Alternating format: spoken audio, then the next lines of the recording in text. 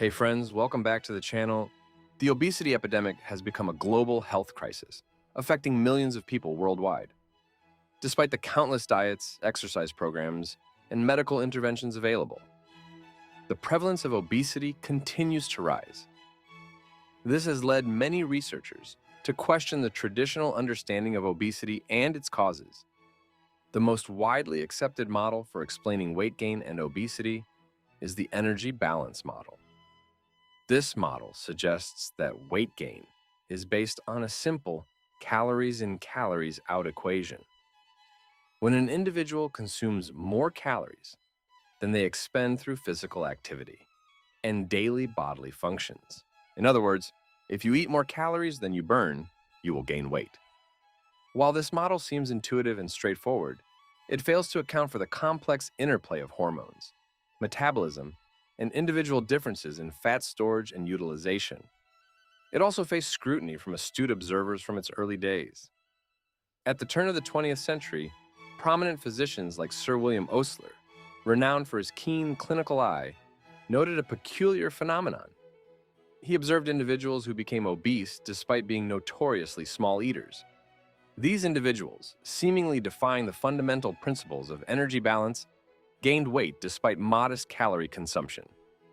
This perplexing observation hinted at the existence of a constitutional predisposition to fat storage, a notion that some individuals might be inherently more susceptible to weight gain due to factors beyond simple calorie intake. Researchers began to speculate about the potential influence of variations in metabolic rate.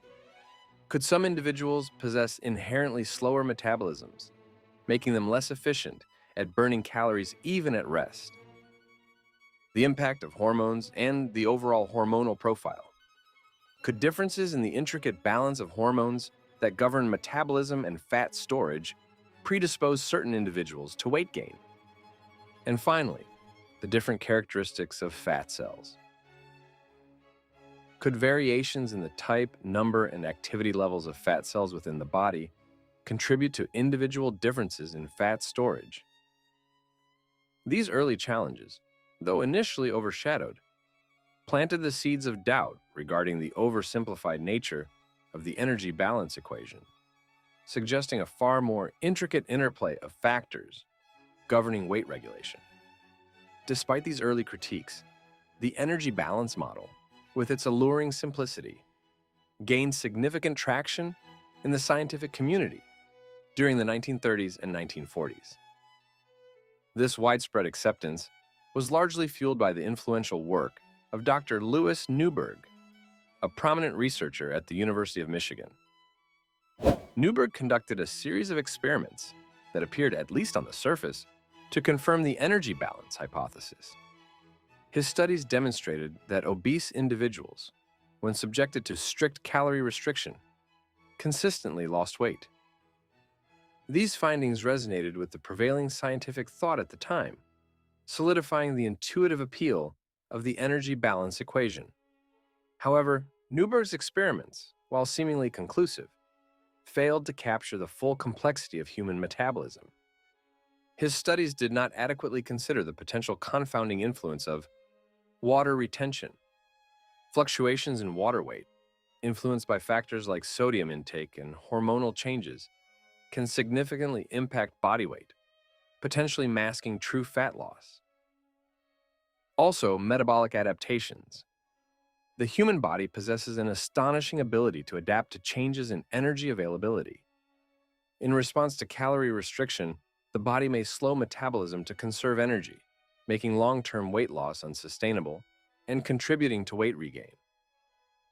Moreover, the untimely death of Dr. Stephen Ranson, a vocal critic of the energy balance model and a strong advocate for exploring the role of the hypothalamus in weight regulation, left a significant void in the field. Simultaneously, the outbreak of World War II diverted scientific resources and manpower towards war-related efforts, hindering progress in obesity research. In this vacuum of alternative viewpoints and amidst wartime constraints, the energy balance model, with its seemingly straightforward explanation and supporting evidence from Newberg's work, ascended to a position of dominance.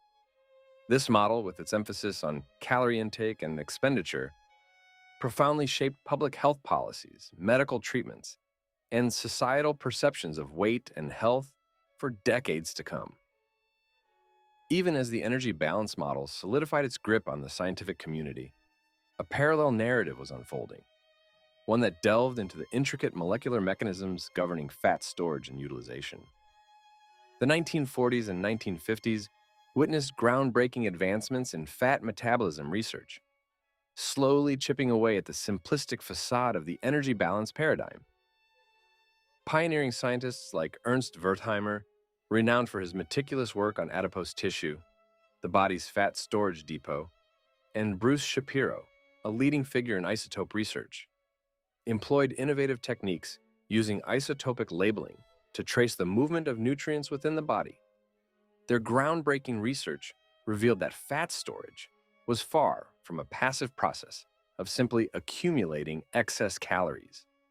Instead, they demonstrated that it was a tightly regulated and dynamic process, heavily influenced by a complex interplay of hormones. These researchers discovered that specific hormones acted as signaling molecules, directing the body either to store fat for later use or to release it for energy production. For example, they found that insulin, a hormone produced by the pancreas, played a crucial role in promoting fat storage, particularly in response to carbohydrate intake. On the other hand, other hormones, like adrenaline and glucagon, stimulated the breakdown and utilization of stored fat, particularly during periods of fasting or exercise. These findings shattered the simplistic notion of fat as an inert substance, passively accumulating in the body, and highlighted the critical role of hormonal regulation in energy balance and body weight. The stage was set for a more nuanced understanding of obesity, one that extended beyond simple calorie counting and delved into the intricate hormonal orchestra governing energy storage and expenditure. The 1990s ushered in a new era of obesity research with the groundbreaking discovery of the hormone leptin by Dr. Jeffrey Friedman and his team at Rockefeller University. This discovery was met with immense excitement and hailed as a potential game changer in understanding the complexities of appetite regulation. Leptin, primarily produced by fat cells, was found to act as a critical messenger molecule, signaling the brain about the body's energy stores. High levels of leptin indicating ample fat stores signaled satiety, the feeling of fullness, while low levels stimulated hunger, prompting the body to seek food. This discovery seemed to provide a clear physiological basis for appetite control and offered hope for developing novel treatments for obesity. However, the initial euphoria surrounding leptin's discovery gradually gave way to a more nuanced understanding of its role in weight regulation. While leptin undoubtedly plays a crucial role in appetite signaling, its function in fuel partitioning, the process by which the body determines whether to store or burn incoming energy, was initially overlooked. Researchers like Dr. Douglas Coleman conducted elegant pair-feeding experiments, meticulously controlling the calorie intake of obese and lean mice. Astonishingly, they found that obese mice continued to gain more weight than their lean counterparts, even when their calorie intake was restricted to the same level. This finding directly challenged the overeating hypothesis, suggesting that obesity was not simply a consequence of consuming too many calories. Instead, it pointed to a potential dysregulation in how the body allocated energy, favoring storage over utilization even when calorie intake was controlled. These findings highlighted leptin's multifaceted role in energy balance, suggesting its involvement in not just regulating appetite, but also in dictating how the body partitions energy between storage and expenditure. Adding to the growing body of evidence challenging the oversimplified view of obesity, researchers at the renowned Karolinska Institute in Sweden have made significant strides in recent years, further solidifying the concept of obesity as a complex metabolic disorder. Their groundbreaking work has provided compelling evidence that weight gain is not merely a consequence of consuming too many so-called calories. Through sophisticated studies involving meticulous tracking of fat storage and mobilization, they demonstrated that individuals with obesity tend to trap fat within their adipose tissue for significantly longer periods compared to lean individuals. This impaired ability to efficiently release stored fat for energy utilization points to a fundamental dysregulation in fat mobilization, a critical process by which the body breaks down stored fat and releases it into the bloodstream to be used as fuel by muscles and organs. This finding lends substantial support to the concept of obesity as a disorder of fuel partitioning. In essence, individuals with obesity may have a system that prioritizes the storage of energy as fat, even when adequate energy is available, while simultaneously hindering the efficient breakdown and utilization of stored fat when energy is required. This imbalance, often driven by hormonal and metabolic factors, highlights the limitations of solely focusing on calorie restriction as a solution for obesity, and underscores the need for a more nuanced understanding of the intricate mechanisms governing energy balance in the body. Against this backdrop of emerging research challenging the simplistic energy balance model, the carnivore diet has entered the conversation, presenting a radical departure from conventional dietary advice. Often met with skepticism and considered controversial, this dietary approach, as its name suggests, involves consuming only animal-based products: meat, poultry, fish, eggs, and in some cases, dairy, while completely eliminating all plant-based foods, and most notably, carbohydrates. While seemingly extreme, proponents of the carnivore diet posit that it can serve as a powerful tool for weight loss and overall health improvement, particularly for those struggling with metabolic dysfunction. They argue that by drastically altering the macronutrient composition of the diet and eliminating all plants and carbohydrates, the carnivore diet can effectively rewire metabolism, optimize hormone levels, and restore the body's natural ability to regulate energy balance. So what are some theories regarding the mechanisms of action of how this can happen? One of the cornerstones of the carnivore diet's efficacy lies in its profound impact on insulin levels. By eliminating carbohydrates, the primary dietary trigger of insulin secretion, the carnivore diet promotes sustained low insulin levels. This hormonal shift has several implications. First, it reduces the storage of incoming energy as fat, as insulin is a potent driver of fat storage. Second, it encourages the body to transition into a state of nutritional ketosis, where fat, instead of glucose from carbohydrates, becomes the primary energy source. This metabolic switch can lead to more stable energy levels, reduced hunger, and enhanced fat burning. Without dietary carbs or sugar, your body cleverly adapts to fuel itself. Your liver steps in, becoming a glucose-making factory. It transforms protein into small, regulated amounts of glucose through a process called gluconeogenesis. This ensures your body has the essential energy it needs without the blood sugar roller coaster associated with carb consumption. Advocates of the carnivore diet also often cite significant reductions in hunger and increased satiety as major benefits, potentially contributing to more effortless weight loss. They attribute these effects to several factors.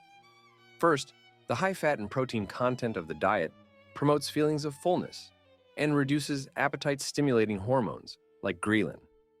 Second, the sustained low insulin levels, as discussed earlier, prevent the blood sugar spikes and crashes often associated with carbohydrate-rich diets, which can trigger cravings and overeating. Third, some proponents suggest that the elimination of certain plant compounds like lectins and phytates, which may interfere with nutrient absorption and contribute to gut inflammation, could play a role in improving appetite regulation and reducing cravings. Another important idea is the profound impact the carnivore diet has on reducing inflammation and improving gut health. Chronic low-grade inflammation is increasingly recognized as a key driver of various chronic diseases, including obesity, type 2 diabetes, and heart disease. The carnivore diet eliminates inflammatory plant compounds, such as lectins and gluten, and one of the biggest culprits for gut irritation and inflammation, fiber, a nutrient touted as essential, but one which we can't even digest. It also promotes consumption of nutrient-dense, easy to digest, and bioavailable animal-based food. This can help reduce systemic inflammation and improve overall gut health.